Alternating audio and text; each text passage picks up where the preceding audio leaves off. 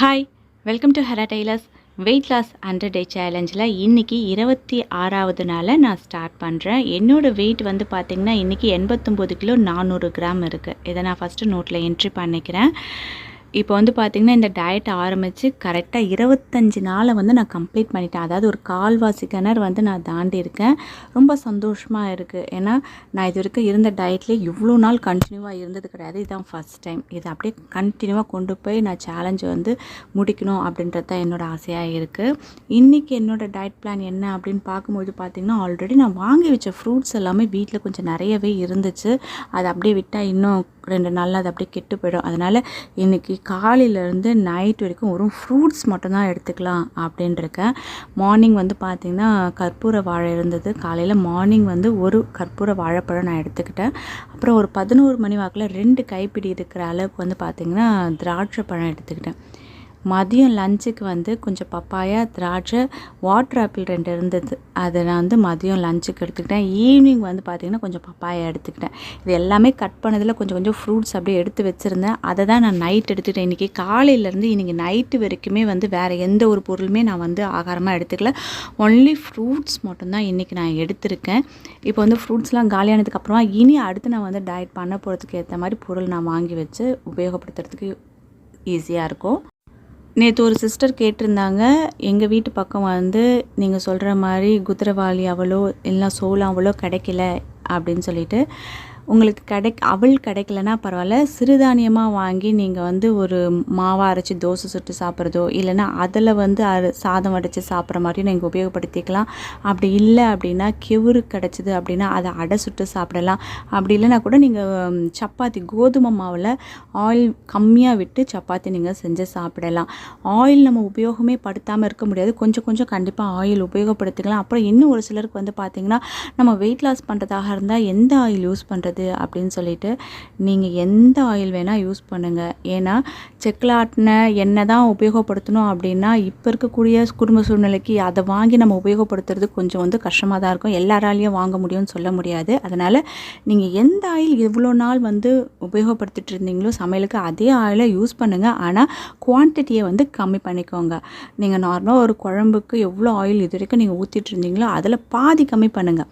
ஏன்னா எடுத்த உடனே ஃபுல்லாக வந்து கம்மி பண்ணிட்டோம் அப்படின்னா ஒன்றுமே நல்லா இருக்காது. அதனால் கொஞ்சம் கொஞ்சமாக ஆயிலோட அளவை மட்டும் கம்மி பண்ணிவிட்டு நீங்கள் உபயோகப்படுத்துகிற ஆயிலே நீங்கள் யூஸ் பண்ணலாம். அதுக்குன்னு வந்து செக்கில் ஆட்டின எண்ணெய்லாம் தப்புன்னு நான் சொல்ல வரல, நல்லது தான். ஆனால் நம்ம எல்லாராலையும் அது வாங்க முடியும் அப்படின்றது சொல்ல முடியாது. அதனால் எப்பவும் போல் வீட்டில் உபயோகப்படுத்தக்கூடிய ஆயிலே நீங்கள் வாங்கலாம். அதே மாதிரி வெயிட் லாஸ் பண்ண போகிறோம், இந்த பொருளை தான் வாங்கி சாப்பிடணும் அப்படின்ற அவசியம் கிடையாது.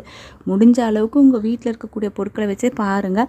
பழம் வாங்கி சாப்பிட்றதா இருந்தால் விலை கம்மியாக இருக்கக்கூடிய பழங்கள் எது கிடைக்குதோ அதை நீங்கள் தாராளமாக வாங்கி சாப்பிட்லாம். இந்த சீசனில் வந்து பார்த்திங்கன்னா நாவல் பழம், கொய்யாப்பழம் இதெல்லாம் வந்து ஈஸியாகவே கிடைக்கும். சப்போட்டாலாம் உங்களுக்கு வந்து விலை கம்மியாகவே கிடைக்கும். அது மாதிரி அந்தந்த சீசனுக்கு ஏற்ற மாதிரி பழங்கள் வாங்கி சாப்பிட்லாம். முக்கியமாக வந்து பார்த்திங்கன்னா வாட்டர் மிலன் இப்போ வந்து வர ஆரம்பிச்சிருச்சு. அது வெயிட் லாஸுக்கு ரொம்ப நல்லது.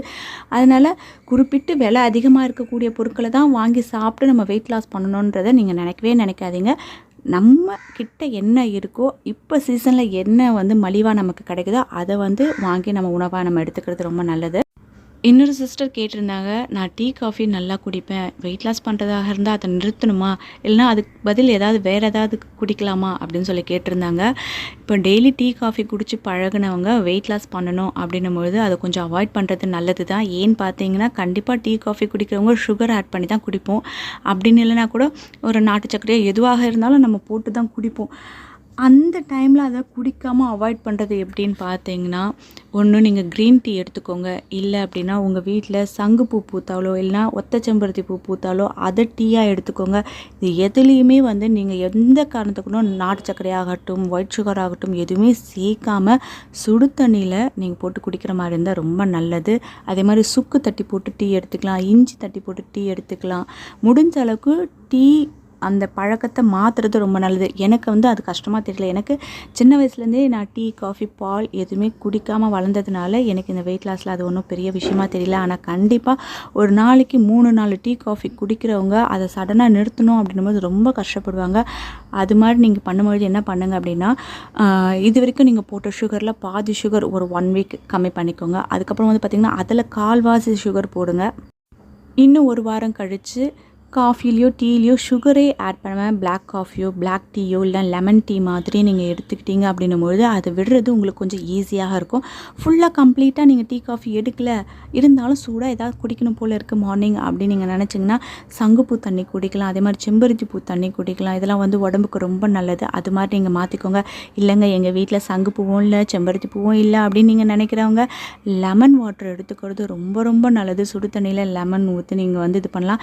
நிறைய பேர் சொல்லி கேள்விப்பட்டிருப்போம் இல்லையா, லெமன் தேன் கலந்து சாப்பிட்றது அப்படின்ட்டு. ஆனால் தேன் ஒரிஜினலான தேன் நமக்கு கிடைக்குமா அப்படின்னு சொல்ல முடியாது. ஆனால் லெமன் கிடைக்கும். லெமன் கூட லைட்டாக கொஞ்சம் பிங்க் சால்ட் போட்டு நீங்கள் சூடான தண்ணியில் குடிக்கிறது வந்து வெயிட் லாஸ்க்கு ரொம்ப நல்லது. அந்த டீ குடிக்கிற பழக்கமும் கொஞ்சம் கொஞ்சமாக நமக்கு அவாய்ட் பண்ண முடியும். ட்ரை பண்ணி பாருங்கள். நான் சொல்லும்போது ஈஸியாக தான் இருக்கும். ஏன்னா நான் டீ காஃபி குடித்து பழக்கம் இல்லாதவ. ஆனால் அது குடித்தவங்க அதை நிறுத்தணும் அப்படின்போது கொஞ்சம் சிரமமாக தான் இருக்கும். நம்ம உடம்போட ஆரோக்கியத்துக்காக அப்படின்னு நினைக்கும் போது அதை கண்ட்ரோல் பண்ணிக்கலாம்னு நினைக்கிறேன். ஹரிணியோட வெயிட் லாஸ் வீடியோஸ் எல்லாம் வந்து ஹாப்பிமா சேனலில் தான் நான் அப்லோட் பண்ணுறேன். உங்கள் வீட்டில் இருக்கக்கூடிய குழந்தைங்கள் ஹெல்த்தியாக வெயிட் லாஸ் பண்ணணும்னு நீங்கள் நினச்சிங்கன்னா அந்த சேனலில் போய் பாருங்கள். சேனலோட லிங்க் கீழே டிஸ்கிரிப்ஷன் பாக்ஸில் கொடுக்குறேன். போய் விசிட் பண்ணி பாருங்கள். உங்களுக்கு பிடிச்சது அப்படின்னா சேனலை சப்ஸ்கிரைப் பண்ணி சேனலுக்கு சப்போர்ட் கொடுங்க. ஒரு சிலர் நினைக்கலாம் வெயிட் லாஸ்ன்னு சொல்லிட்டு அந்த சேனலில் நல்லா விதவிதமாக சமைக்கிறாங்க அப்படின்னு சொல்லிட்டு. விதவிதமாக சமைச்சாலும் வீட்டில் தான் நான் சமைக்கிறேன். எக்ஸ்ட்ராவாக தேவையில்லாத பொருள் எதுவுமே ஆட் பண்ணாமல் பசங்களுக்கு ஹெல்த்தியாக கொடுக்கணும் அப்படின்றதுக்காக தான் அந்த டயட்டு. நெக்ஸ்ட் மந்த்லேருந்து வந்து பார்த்திங்கன்னா பசங்க லீவில் இருக்கும்போது அதோட டயட் பிளானே நம்ம மாற்றிட போகிறோம். கண்டிப்பாக விசிட் பண்ணி பாருங்கள். இன்றைக்கி இந்த வீடியோ உங்களுக்கு பிடிச்சிருந்தது அப்படின்னா ஒரு லைக் பண்ணுங்கள். உங்கள் ஃப்ரெண்ட்ஸோட ஷேர் பண்ணிக்கோங்க. இது வரைக்கும் நீங்கள் சப்ஸ்கிரைப் பண்ணாத வியூவர்ஸாக இருந்தால் சப்ஸ்கிரைப் பண்ணி பக்கத்தில் அந்த பெல் ஐக்கானும் கிளிக் பண்ணிங்கன்னா ஃபியூச்சரில் வரக்கூடிய எல்லா வீடியோஸோட நோட்டிஃபிகேஷனும் உங்களுக்கு உடனுக்குடனே கிடைக்கும். தேங்க்யூ.